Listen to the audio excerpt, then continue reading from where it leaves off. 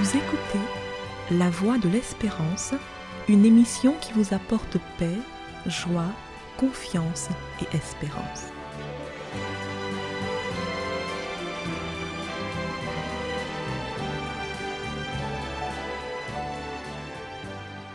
Bonjour la Guyane et bonjour à tous depuis la Guyane.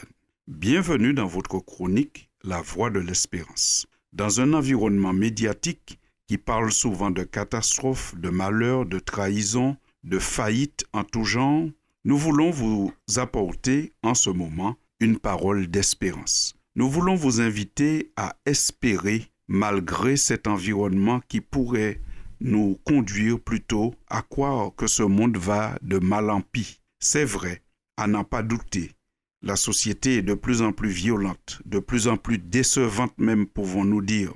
Cependant, nous sommes appelés à espérer. Espérer dans la Bible, c'est attendre sereinement que se réalise ce que l'on désire et qui est peu probable, voire même impossible selon la logique humaine. La Bible parle de l'espérance qui peut être contre toute espérance, c'est-à-dire espérer quelque chose qui est tout à fait improbable. Nous lisons cela sous la plume de l'apôtre Paul dans l'épître qu'il adresse aux Romains au chapitre 4, précisément au verset 18. Il nous dit « Espérant contre toute espérance, il crut », là l'apôtre Paul parle d'Abraham, Abraham crut en sorte qu'il devint père d'un grand nombre de nations selon ce qui lui avait été dit. Telle sera ta postérité. Et sans faiblir dans la foi, il ne considéra point que son corps était déjà usé, puisqu'il avait près de 100 ans et que Sarah n'était plus en état d'avoir des enfants. Fin de citation. Ici, nous avons un exemple de ce qu'est l'espérance. Abraham a espéré avoir un enfant avec sa femme Sarah parce que Dieu l'avait déclaré, Dieu l'avait dit. Au vu de la logique humaine, il n'y avait aucune chance que cela se réalise. Mais nous lisons un peu plus haut dans le même chapitre. Quels sont les piliers de l'espérance? Voici ce qui est dit.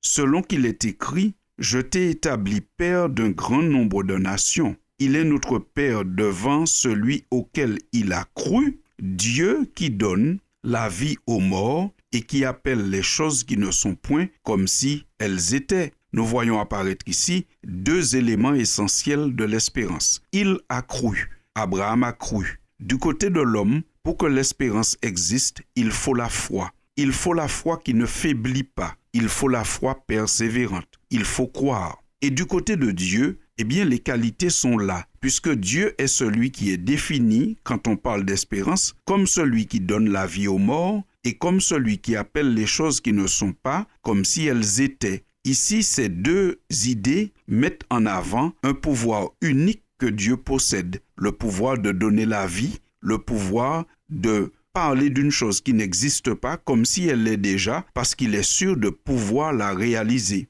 Dieu fait du bien, Dieu nous permet d'espérer, non pas parce que nous sommes forcément bons ou dignes de recevoir quelque chose, mais parce que lui, il est fidèle et il est tout-puissant et que rien ne peut l'empêcher de réaliser ce qu'il a déclaré. Même si nous avons pu commettre quelques erreurs ou fautes dans notre vie, nous pouvons quand même espérer. C'est ce que nous dit le livre des Psaumes au chapitre 130, quand nous lisons « Mets ton espoir en l'Éternel, car la miséricorde est auprès de l'Éternel et la rédemption est auprès de lui en abondance. » Fin de citation.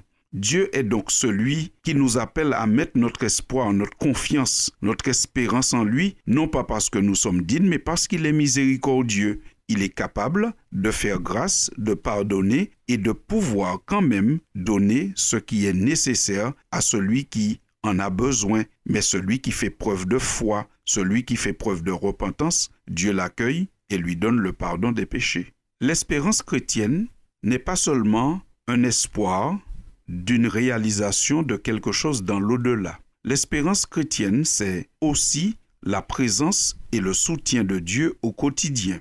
Voyons le premier aspect de l'espérance chrétienne. Bien entendu, c'est croire que Dieu changera ce monde qui nous procure tant de souffrances et tant de malheurs. Nous lisons dans la première épître de Jean, qui se trouve vers la fin de la Bible, « Bien-aimés, Nous sommes maintenant enfants de Dieu, et ce que nous serons n'a pas encore été manifesté. Mais nous savons que lorsque cela sera manifesté, nous serons semblables à lui parce que nous le verrons tel qu'il est. » Fin de citation. Ici, en peu de mots, l'apôtre arrive à nous dire qu'un jour nous verrons Dieu face à face. Mais il faut imaginer que si un homme est capable de voir Dieu face à face, qu'il y a déjà eu beaucoup de changements. Un changement déjà au niveau de l'homme lui-même, parce qu'avec ce corps que nous avons aujourd'hui, il est impossible de contempler Dieu face à face. Nous serions terrassés par l'éclat de sa gloire. Maintenant, cela implique aussi que l'environnement même est changé. Voir Dieu face à face, c'est une phrase qui promet aux hommes un environnement différent, un corps différent et un Dieu qui se rend disponible. En un mot, on pourrait appeler ça le paradis. L'espérance chrétienne, c'est l'espérance un jour de vivre dans un environnement tellement pur, tellement agréable, avec un corps tellement différent de celui que nous avons aujourd'hui, qu'il sera possible de voir Dieu face à face. L'autre aspect de l'espérance, comme je vous le disais un peu plus tôt, l'espérance, c'est l'assurance d'un soutien au quotidien de Dieu, un soutien permanent, un soutien qui vient même lorsque nous aurions pu être abandonnés par les autres. L'apôtre Paul, qui a tellement parlé de l'espérance dans ses écrits, a vérifié le fait par ses expériences. En effet, l'apôtre raconte à Timothée, son jeune collaborateur, qu'il a eu de nombreuses difficultés, même en tant que ministre de l'Évangile,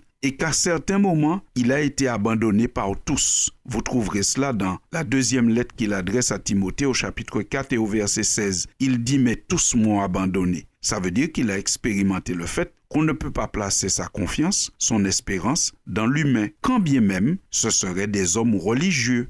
Mais il ajoute « Mais le Seigneur m'a assisté ». Le Seigneur m'a assisté et il m'a fortifié. Il m'a délivré et je sais qu'en toutes circonstances, je peux compter sur lui. Chers amis de la Voix de l'Espérance, ce matin, nous vous invitons à espérer. Espérer non pas dans le fait que l'homme deviendra meilleur et créera une société meilleure.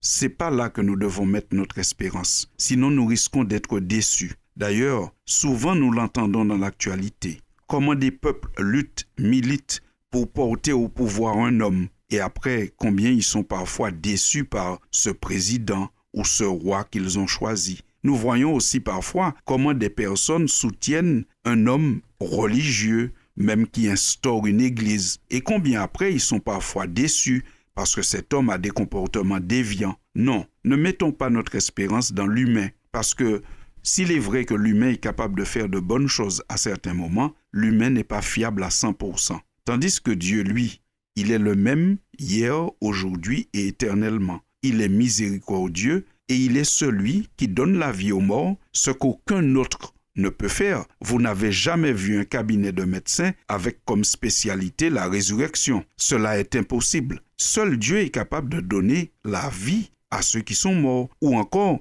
d'appeler les choses qui ne sont pas comme si elles étaient, tellement il est sûr de pouvoir mettre en place ce qu'il a promis. Oui, espérons en Dieu, en ses promesses, et nous les verrons tous s'accomplir, à commencer par la promesse d'être avec nous tous les jours. Jésus n'a-t-il pas dit en partant à ses disciples, « Je m'en vais, mais je serai avec vous tous les jours jusqu'à la fin du monde ». Chers auditeurs, merci de nous avoir accordé votre attention. Nous vous disons à très bientôt et vous souhaitons de vivre dans l'espérance. Oui, je veux croire qu'il y a amour à ce tunnel. Tu peux croire que même dans l'épreuve, le meilleur est encore devant toi. C'était La Voix de l'Espérance, une émission préparée par l'Église adventiste du 7e jour. Si vous désirez avoir une copie de la causerie d'aujourd'hui, demandez-la. Elle vous sera donnée gracieusement. Écrivez à La Voix de l'Espérance, boîte postale 169 97 324, Cayenne, CEDEX, ou téléphonez au 0594 25 64 26. Merci chers auditeurs et à bientôt.